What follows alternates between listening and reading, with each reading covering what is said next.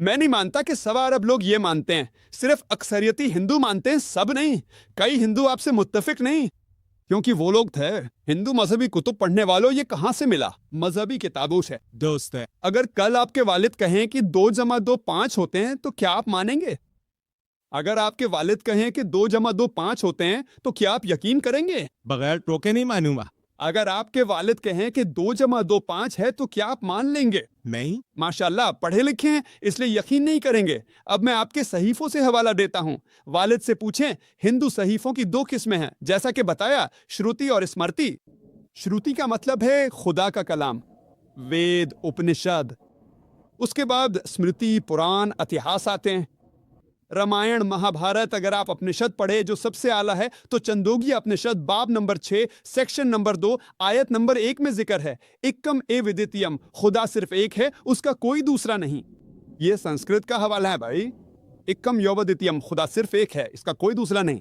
یہ شوتا شتر اپنشد باب نمبر 6 آیت نمبر 9 میں ذکر ہے, ناکسیا کسیج جنتا نہ چادی پا, اس خدا کا نہ کوئی برتر ہے نہ ہی کوئی والدین ہے.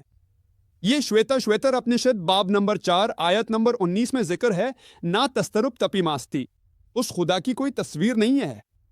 سنسکرت میں پرتیما کا مطلب ہے ایک تصویر, ایک فوٹوگراف, ایک پینٹنگ, ایک تصویر, ایک مجسمہ, ایک مورتی.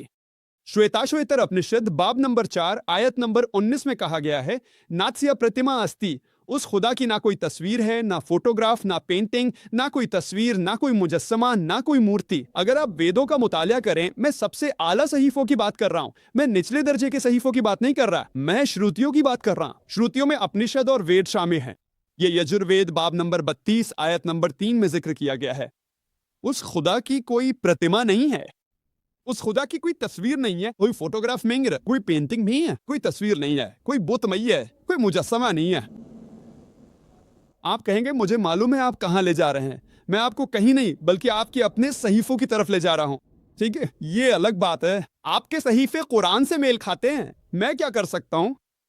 مزید برآں بھائی, اگر آپ یجروے باب نمبر 40 آیت نمبر 9 پڑھیں تو یہ کہتا ہے وہ اندھیرے میں داخل ہو رہے ہیں, جو اسمبھوتی کی پوجا کہتے ہیں. امبھوتی قدرتی چیزیں ہیں جیسے آگ, پانی, ہوا وغیرہ. کون کہتا ہے؟ یجروید. اور آیت جعلی ہے, وہ مزید تاریکی میں داخل ہو رہے ہیں. وہ لوگ جو اسمبھوتی کی پوجا کرتے ہیں. اسمبھوتی تخلیق شدہ چیزیں ہیں جیسے میز, کرسی, کار, بت وغیرہ. کون کہتا ہے؟ یجروید باب 46 آیت 9. آپ کے والد نے 33 دیوتاؤں کا بتایا, معلوم نہیں حوالہ دیا یا نہیں. میں حوالے دے رہا ہوں, میرا حوالہ لیں, نوٹ کریں, ویڈیو کیسٹ لیں, اپنے والد اور پنڈت سے پوچھ لیں. میں آپ سے یہ نہیں کہہ رہا کہ میری بات آنکھ بند کر کے مان لو. آپ نے اپنے والد کی بات آنکھ بند کر کے مان لی تھی. آپ نے ایک بار غلطی کی تھی, دوسری بار وہی غلطی مت کرنا.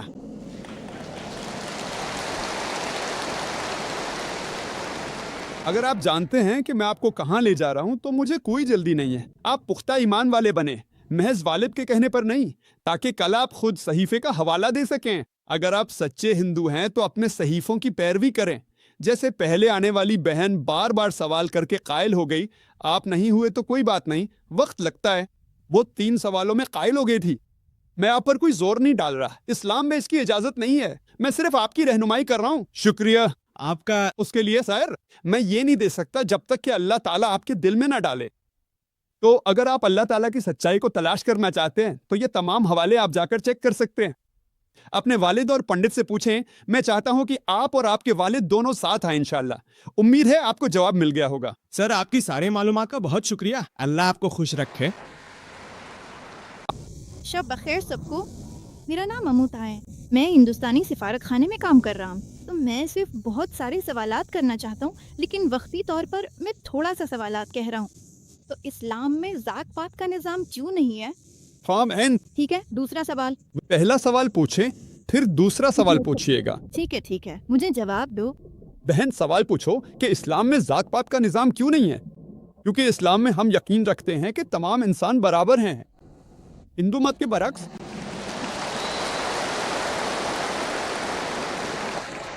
قرآن کہتا ہے سورہ الحجرات سورہ نمبر 49 آیت 13 میں, اے انسانوں, ہم نے تمہیں ایک مرد اور ایک عورت سے پیدا کیا اور تمہیں قوموں اور قبیلوں میں تقسیم کیا تاکہ تم ایک دوسرے کو پہچانو. نہ کہ ایک دوسرے کو حقیر جانو. اور اللہ سبحانہ و تعالیٰ کے نزدیک سب سے زیادہ عزت والا وہ ہے جو سب سے زیادہ تقوی والا ہے. اللہ تعالیٰ کے نزدیک کسی انسان کے دوسرے انسان پر برتری کا معیار نہ جنس ہے، نہ ذات، نہ رنگ، نہ دولت، نہ عمر، بلکہ وہ تقوی ہے، یعنی اللہ کا خوف، پرہیزگاری اور راست بازی. ایک انسان کی دوسرے انسان پر برتری کا واحد طریقہ دولت، عمر یا جنس نہیں ہے، بلکہ وہ پرہیزگاری، اللہ کا خوف اور راست بازی ہے. ہندو مت کے برعکس جب ہم ویدوں کا مطالعہ کرتے ہیں تو اس میں ذکر ہے کہ اللہ تعالیٰ نے برہمن طبقے یعنی عالم طبقے کو سر سے پیدا کیا. یہ پہلی ذات ہے. پھر اس نے سینے سے جنگجو طبقہ یعنی کشتریوں کو پیدا کیا. پھر اپنے پیٹ اور رانوں سے اس نے کاروباری طبقہ یعنی ویشیوں کو پیدا کیا. اور پاؤں سے اس نے شودروں کو پیدا کیا یعنی اچھوتوں کو، جو کہ نچلی ذات ہے. تو یہ وہ ہے جو ویدوں میں بیان کیا گیا ہے. اسلام میں ہمارا ایمان ہے کہ تمام انسان برابر ہیں. ہم یہ نہیں مانتے کہ ایک انسان دوسرے انسان سے برتر ہے، پیدائش کی وجہ سے، پیشے کی وجہ سے، دولت کی وجہ سے، رنگ کی وجہ سے یا ذات کی وجہ سے. تو اسلام ایک عالمگیر مذہب ہے. ویدوں میں جو کہا گیا ہے اس کے برعکس کہ آپ کو اپنے پیشے سے جڑے رہنا ہے، کیونکہ اس پر زیادہ تر برہمنوں کا کنٹرول تھا، جو کہ پھر بھی ایک چھوٹا سا معمولی فیصد ہے. اور وہ کہتے ہیں کہ اگر آپ شودھر کے طور پہ پیدا ہوئے ہیں تو آپ شودھر ہی رہیں گے. آپ برہمن کی خدمت کریں، اگلی زندگی میں شاید آپ بہتر انسان بن جائیں. نہیں، یہ سب نظریات ہے، تاکہ وہ چاہتے ہیں کہ انسان نیچے ہی رہیں، انسان نیچے ہی رہے گا اور امیر اور اونچے طبقے کے لوگ اوپر ہی رہیں. اسلام میں ہم برابری پہ یقین رکھتے ہیں اور اسلام تمام انسانوں کے لیے مذہب ہے. اسی وجہ سے اسلام ذات پات کے نظام کے خلاف ہے. امید ہے حل ہو گیا. سر، مجھے ایک اور شبہ ہے. تو آپ کیوں کہتے ہیں کہ مسلمان سید ہے، مسلمان سنی ہے یا مسلمان شیعہ ہے؟ تو یہ کیا ہے؟ بہن نے کہا کہ میں سید مسلمان، شیعہ مسلمان، سنی مسلمان کیوں کہہ رہا ہوں؟ میں نے کبھی سید مسلمان نہیں کہا. مسلمان وہ ہے جو اپنی مرضی اللہ تعالیٰ کے سپرد کر دے. اسلام میں کوئی فرقہ نہیں ہے. اللہ قرآن میں سورہ آل عمران سورہ نمبر 3 آیت 103 میں فرماتا ہے، اللہ کی رسی کو مضبوطی سے تھام لو اور تفریقہ میں نہ پڑو. یہاں کوئی سید، مسلمان، سنی یا اس طرح کی کوئی بات نہیں ہے. ہاں، خاندان کی بات ہے. ٹھیک ہے، آپ کسی خاندان سے تعلق رکھ سکتے ہیں، آپ شیخ کے خاندان سے تعلق رکھ سکتے ہیں، آپ سید کے خاندان سے تعلق رکھ سکتے ہیں. اپنی جڑیں جاننا اس کا یہ مطلب نہیں کہ کوئی شخص دوسروں سے افضل ہے. کوئی خان، شیخ یا سید سے افضل نہیں ہے. نہیں، یہ صرف اپنی جڑوں سے تعلق رکھنے کی بات ہے. جیسے آپ کسی خاندان سے آ سکتے ہیں تو اس کا مطلب ہے کہ آپ کسی خاص علاقے یا زمین سے آئے ہیں. اگر آپ کوکن کے علاقے سے آئے ہیں تو یہ خاندانی پس منظر ہے. اس کا یہ مطلب نہیں کہ ایک شخص دوسرے سے افضل ہے. ایک انسان دوسرے انسان سے صرف تقوی، راست بازی اور خدا خوفی کی بنیاد پر ہی افضل ہو سکتا ہے. امید ہے اس سے آپ کا سوال حل ہو گیا ہوگا. اچھا، دوسرا سوال، اسلام میں شادیوں میں کیوں کوئی زائچہ کیوں نہیں دیکھا جاتا؟ بہن کا سوال ہے کہ اسلام میں شادی کے وقت زائچہ کیوں نہیں دیکھا جاتا؟ کیونکہ بہن، ہم زائچے پر یقین نہیں رکھتے. ڈیٹا کیوں نہیں ہے؟ ڈیٹا تو ہے مگر زائچہ نظر نہیں آ رہا. جی بہن، میں بتاتا ہوں ہندو مذہب کیا کہتا ہے. میں نے اس کا مطالعہ کیا ہے. وہ زائچہ مانتے ہیں. کنڈلی تم جانتے ہو کڑی؟ ہاں، میں جانتا ہوں. اسے کنڈلی کہتے ہیں. تاریخ پیدائش سے وہ بتاتے ہیں کہ سیاروں کی چال اور گرہن کیا تھا. یہ ایک سائنس ہے، لیکن یہ سائنس مستند سائنس نہیں ہے. یہ ایک مفروضہ ہے. یہ کہتا ہے کہ اگر آپ اس تاریخ کو پیدا ہوئے ہیں تو یہ گرہن آتا ہے اور یہ سیارہ وہاں جاتا ہے اور یہ سب کچھ ہوتا ہے. یہ ایک سائنس ہے، لیکن یہ مستند سائنس نہیں ہے. یہ سخت سائنس نہیں ہے جیسے ہم کالج میں پڑھتے ہیں، بایولوجی، فزیولوجی، ایمبریولوجی. یہ وہ ہے جس پر وہ یقین رکھتے ہیں. یہ ایک مفروضہ ہے. اور پھر وہ مستقبل کے بارے میں بات کرتے ہیں. کنڈلی میں جو کچھ بھی وہ ذکر کرتے ہیں وہ سب سچ ثابت نہیں ہوتا. ہم اسلام میں پھول نکالنے کے خلاف ہے. قرآن سورہ مائدہ سورہ نمبر 5 آیت نمبر 90 میں کہتا ہے، یہ شیطان کے کام ہیں، عیبی اس شیطانی کام سے بچو تاکہ تم فلاح پاؤ. قرآن کہتا ہے یہ فال نکالنا، تیروں سے قسمت معلوم کرنا، یہ سب شیطان کے کام ہیں، اس سے بچو تاکہ تم کامیاب ہو جاؤ. تو اسلام میں ہم اس پر یقین نہیں رکھتے. اکثر ایسا ہوتا ہے کہ آپ کسی مشین میں جاتے ہیں، اپنی تاریخ پیدائش ڈالتے ہیں، پھر وہاں سے کچھ نکل آتا ہے. اگلے ایک ہفتے میں آپ کے ساتھ کچھ اچھا ہونے والا ہے. چاہے 100 بری باتیں ہو جائیں، ایک اچھی بات ضرور ہوگی. اگلا شخص جاتا ہے، اس کا ذائچہ نکلتا ہے، اگلے 1 مہینے میں کچھ برا ہونے والا ہے. تو یہ وہ بیانات ہیں جو اتنے مبہم ہوتے ہیں اور یہ سب کچھ آپ جانتے ہیں، ہوتا جاتا ہے اور ایک پرچی اٹھاتا ہے اور آپ کو اپنی کنڈلی یا مستقبل کا پتہ چل جاتا ہے۔ تو اسلام میں ہم یہ نہیں مانتے کہ کوئی طوطا آپ کا مستقبل بتا سکتا ہے، یا ہتھیلی دیکھ کر یا ستاروں کو دیکھ کر۔ اسلام اس کے خلاف ہے، اور اکثر اوقات آپ کو بے وقوف بنایا جاتا ہے کہ آپ یقین کر لیں کہ یہ سچ ہے۔ اور ایک تحقیق ہوئی تھی کہ ایک بار ایک ماہر نفسیات اپنی کلاس کو پڑھا رہا تھا، 100 طلبہ کی کلاس تھی، اور ایک ہفتے بعد اس نے کہا، اب میں نے آپ کا پس منظر اور سب کچھ سمجھ لیا ہے، میں ہر فرد کے بارے میں لکھوں گا، اس کے ماضی اور سب کچھ کے بارے میں، لیکن جب تک میں نہ کہوں پرچی نہ کھولنا۔ تو اس نے 100 طلباء کو ان کے ماضی کی تفصیلات لکھ کر دیں۔ پھر اس نے کہا، اچھا اب پرچیاں کھولو اور مجھے گریڈ دو، بتاؤ میں کتنا درست ہوں؟ یقین کرو 90% سے زیادہ طلباء نے کہا کہ پروفیسر 90% سے زیادہ درست تھا۔ راز یہ تھا کہ پروفیسر نے سب کے لیے ایک ہی بات لکھی تھی۔ یہ ایسے مبہم جملہ ہے، ہمیں یہ سمجھنا چاہیے کہ اسلام قسمت بتانے اور مستقبل جاننے کے خلاف ہے۔